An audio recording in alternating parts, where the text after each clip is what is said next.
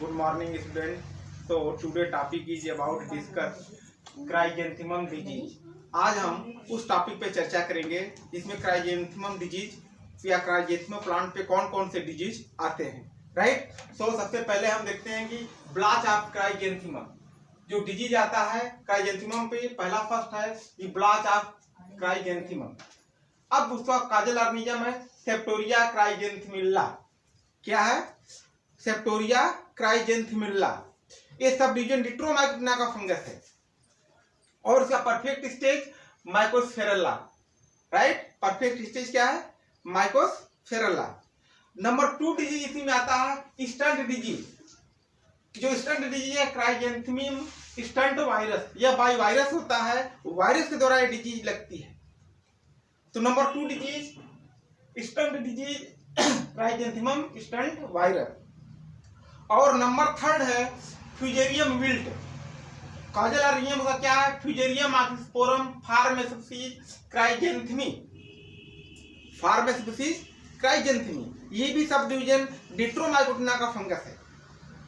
तो आज हम थोड़ा सा इस फ्यूजेरियम आक्सीस्पोरम पे चर्चा करेंगे क्योंकि विल्ट सबसे ज्यादा इंपॉर्टेंट डिजीज है। जहां जहां भी इसकी खेती की जाती है हर जगह विल्ट डिजीज को रिपोर्ट किया गया है। और विल्ट अधिकतर सॉइल बॉर्न पैथोजन होते हैं, सॉइल से ही सर्वाइव करता है, सॉइल से ही इन्फेक्शन शुरू होता है। तो सबसे पहले हम सिस्टमेटिक पोजीशन देखते हैं। Systematic position kingdom fungi, phylum deuteromycota, class hyphomycetes, order moniliales, family tuberculariaceae, genus fusarium, species oxysporum, variety chrysanthemi. Variety क्या है? Chrysanthemi. Fusarium oxysporum chrysanthemi. Fruiting bodies बनती है। देखिए जितने भी विल्ट में जहां जहां भी इन्फेक्शन होता होगा उसमें एक प्रकार की फ्रूटिंग बॉडीज बनती है जिसको एसेक्सुअल फ्रूटिंग बॉडीज कहते हैं। उसको कहते हैं स्पोरोडोकियम। जो एसेक्सुअल फ्रूटिंग बॉडीज होती है वहीं क्या होता है? स्पोरोडोकियम एसेक्सुअल फ्रूटिंग बॉडीज। और यह शुरू होता है सॉइल से, नीचे से शुरू होता है और ऊपर तक धीरे धीरे फैलता चला जाता है। और यह जाइलम और फ्लोएम वेसल्स में जो फूड्स एंड वाटर का ट्रांसलोकेशन नीचे से ऊपर तक करती है।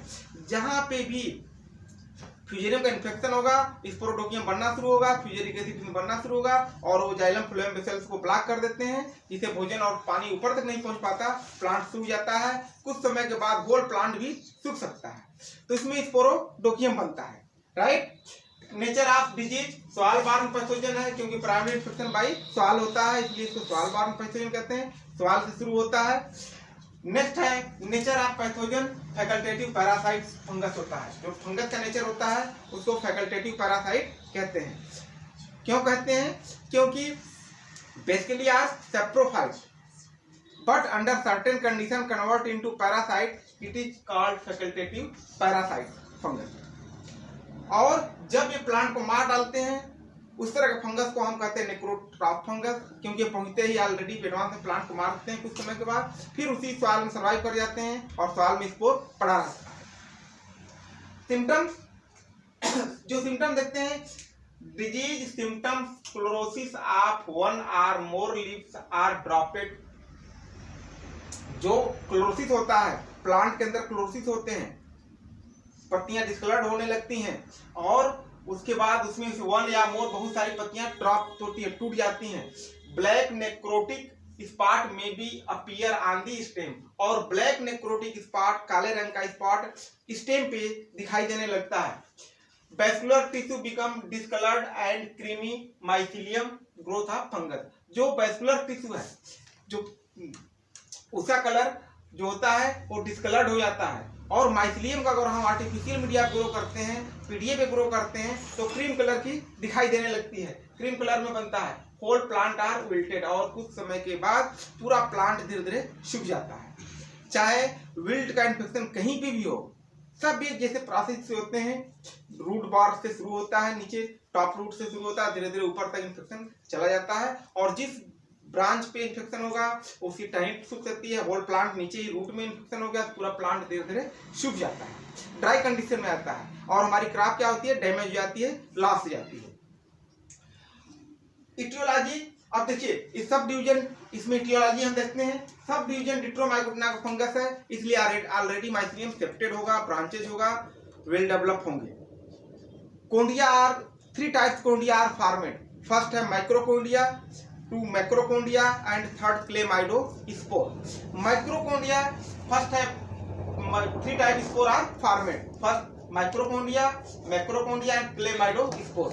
जो मैक्रोकोंडिया होती है, माइक्रोकोंडिया अति सूक्ष्म इलिपोसिडल आकार के या हल्का सा एक शेप होती है, कभी सेप्टा बनता है कभी नहीं, नॉन सेप्टेड आर सेप्टेड, इस तरह कोंडिया होती है, इसको माइक्रोकोंडिया बोलते हैं, इलिपोसिडल शेप में, राइट, गोलाकार एक शेप बनते हैं। And macroconidia are sickle shape, अर्धचंद्राकार and septate, 3 to 5 septa are present in each conidium. And 3rd chlamydospore. Chlamydospore बनता है, क्लेमाइडोस्पोर में भी terminal or intercalary in position. देखिए टर्मिनल क्या है, terminal swelling at the tips of hypha, it is called terminal. जब किसी Haifa का ऊपरी भाग फूल जाए तो उसको हम क्या कहते हैं, टर्मिनल कहते हैं। And swelling at the intervals of hypha, hypha का जगह जगह फूलना, it is called intercalary in position. So chlamydospore में भी टर्मिनल आर ओ आर इंटरकैलरी इन पोजीशन। दोनों कंडीशन में होता है, टर्मिनल कंडीशन में भी होता है और इंटरकैलरी कंडीशन में भी होता है, पोजीशन में होता है। सो इसमें 3 टाइप के स्पोर बनते हैं। First microconidia, macroconidia and chlamydospore. Etiology के बाद इपिडेमोलॉजी देखते हैं। इपिडेमोलॉजी देखिए, प्राइमरी इन्फेक्शन बाय सॉल होता है and secondary infection take place by conidia. Primary infection जो सॉल शुरू होता है और धीरे धीरे स्पोर बनने शुरू होते हैं, तो सेकेंडरी इन्फेक्शन होता है वो कोनिडिया के द्वारा होता है। Temperature between 27 to 32 degree centigrade. जो टेम्परेचर 27 से 32 डिग्री सेंटीग्रेड के आसपास होना चाहिए और उसके पास फेवर द डिजीज डेवलपमेंट। उस समय जब टेम्परेचर 22, 25, 30 की तक रहता है तो डिजीज बड़े पैमाने पे लगती है और पूरी प्लांट हमारी क्या करती है, सूख जाती है। अब हमको कैसे बचाना है, देखिए फर्स्ट है कि infected plants are collected and burn. पहले इन्फेक्टेड प्लांट्स को कलेक्ट करिए और जला दीजिए। नंबर 2, क्रॉप रोटेशन अपनाइए, must be follow crop rotation. Crop rotation जरूरी अपनाना चाहिए, क्योंकि क्रॉप रोटेशन अपनाने से क्या होता है कि क्रॉप के बाद दूसरी क्रॉप लेने से हो सकता है उस क्रॉप पे इन्फेक्शन इसका कम हो। 3rd है रेसिस्टेंट वैरायटी उगाइए। और नंबर 4th है जो सबसे इंपॉर्टेंट है, वो है सॉइल सोलराइजेशन। सॉइल ट्रीटमेंट करिए, soil treatment with fungicide and bio agent. आज हम थोड़ा सा इस पे चर्चा करेंगे, बायो एजेंट की पे। बायो एजेंट में देखिए हमने फर्स्ट कई प्रकार के बायो एजेंट होते हैं, different types of bio agent. First trichoderma, trichoderma का आपने नाम सुना होगा, ट्राइकोडर्मा हर्जियानम, ट्राइकोडर्मा विर्डी, ट्राइकोडर्मा वायरनेंस, कई प्रकार के ट्राइकोडर्मा होते हैं जो एक प्रकार के बायो एजेंट होते हैं। ये भी एक फंगस होता है, फंगस को फंगस से मारना ही एक प्रकार का बायो एजेंट है। नंबर 2 ग्लियोक्लेडियम बायो एजेंट है। नंबर 3rd एस्परजिलस, डेक्टिला। फिर 4th है आर्थोपोट्राइटिस, 5 है पेनिसिलियम, 6वां न्यूरोस्पोरा, चिटोमियम, ग्लोम्स। ये सब जितने हैं सब बायो एजेंट में आते हैं, इसके द्वारा सॉइल ट्रीटमेंट किया जाता है। तो हम बायो एजेंट आज देखिए डिफरेंट टाइप का बायो एजेंट होते हैं, इसमें एस्परजिलस, पेनिसिलियम, ट्राइकोडर्मा, ये सब प्रकार के ग्लाइकोडियम, ग्लाइकोलेडियम, ये सब बायो एजेंट होते हैं।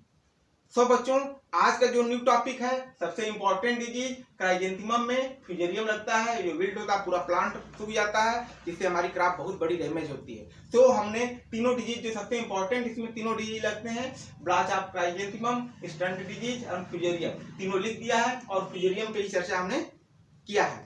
सो आप इसको लाइक करें, सब्सक्राइब करें एंड शेयर करें। Thank you.